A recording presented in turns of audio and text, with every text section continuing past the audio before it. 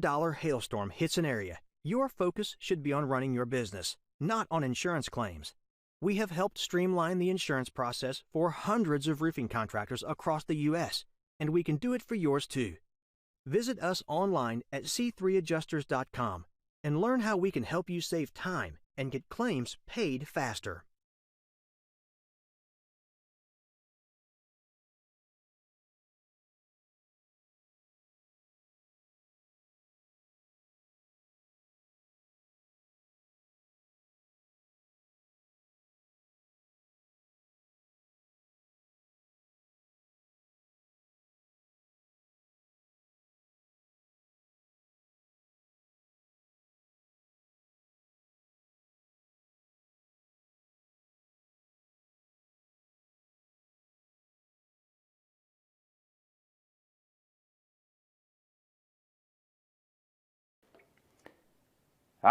Okay, there we go. I got the audio now. I apparently just turned it off.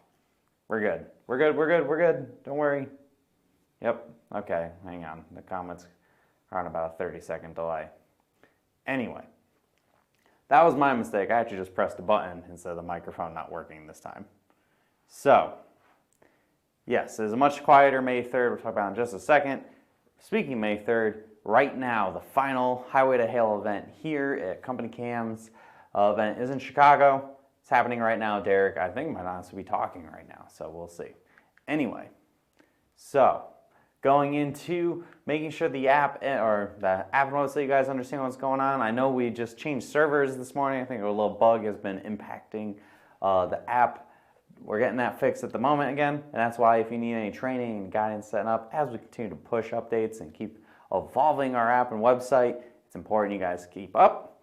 And if you haven't been on here in a while and need some help, you can schedule training and give us a call and we can get you guys set up with that. So as I was mentioning when I had no sound, today is an infamous anniversary in the weather world.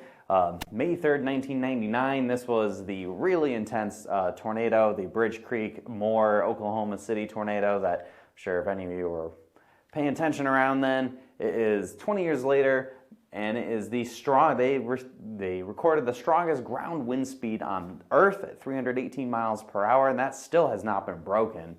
And we have...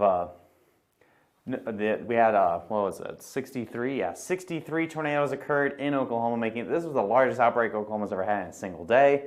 And it was also the first time a tornado emergency has ever been issued as this monster was moving into the Oklahoma City area.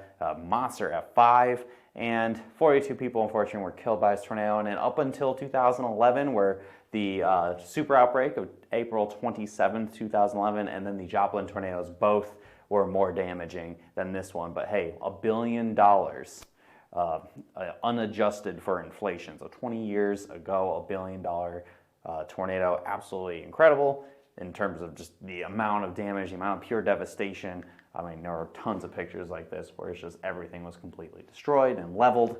It was probably the worst case scenario for Oklahoma City area.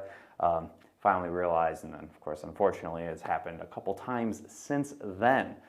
Not too much in the craziness today though. There is a much lower chance for hail, very low chance for tornadoes outside of very rural southwestern sections of Texas. I know, yes, this year and last year, very slow starts to the year, much different than previous years where we've had very active early seasons.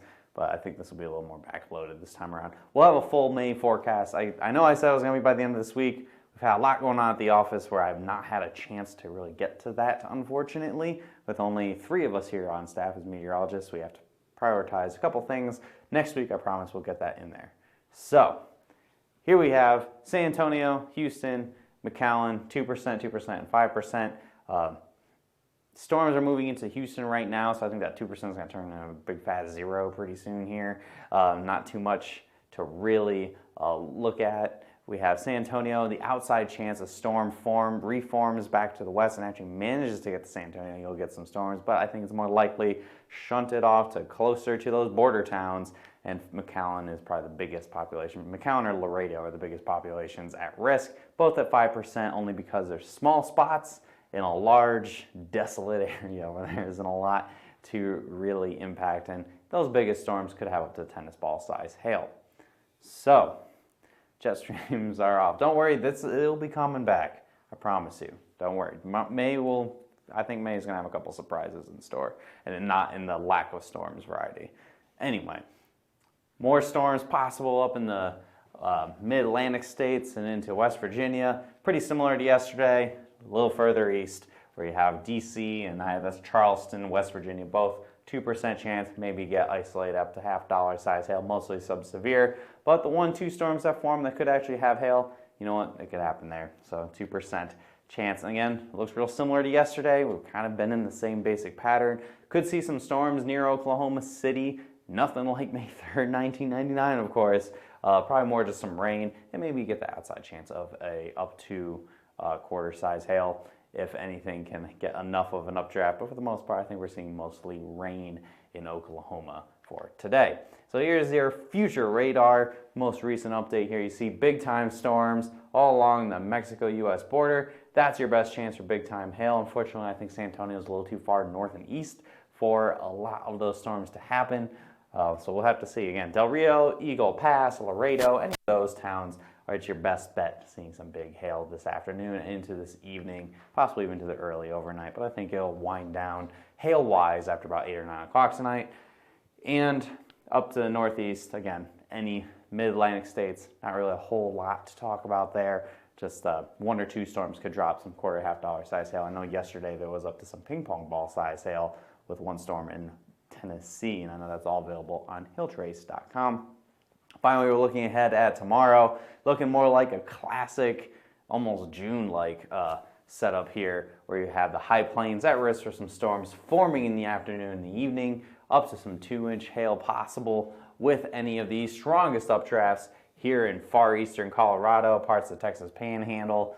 That's preliminary forecast for now. And you've seen that future radar does show some storms forming in the afternoon hours and winding down pretty quickly after sunset. The next chance for more appreciable moisture, a more significant threat, looks to be on Monday, and then going into next week. We'll have a full 5-day on Monday, I promise.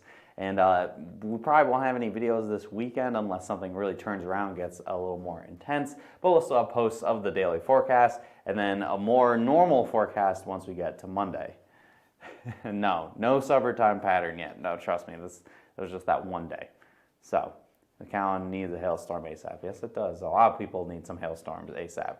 So that's all I got for you guys today. I know it's not the craziest forecast or anything. Nothing too exciting, unfortunately. We're going to have to wait till next week to see a little bit more activity. But follow us here on Facebook, hit See First, for all the hail updates. And that way, everything is right at the top of your newsfeed and completely ignores the weird algorithm that Facebook keeps trying to force onto everybody. And you can give us a call, you can email us, or visit our website, hailtrace.com. Follow us on Instagram, as always. We do posts on there, not as super active yesterday, but we keep our stories active about every single day. So have a great rest of your day. Have a great weekend, everyone. We'll see you again on Monday at 12 p.m. unless, of course, forecast change. If Sunday things are starting to look pretty good, or it starts looking better from Monday and into next week, we might do a video on Sunday. Kind of playing it by ear, and that's why you got follow us here on Facebook. And if not, make sure you have your notifications up if you have the Hail Trace app. Have a great day, everybody. I'll see you again Monday at 12 p.m. or possibly sooner. Have a good one.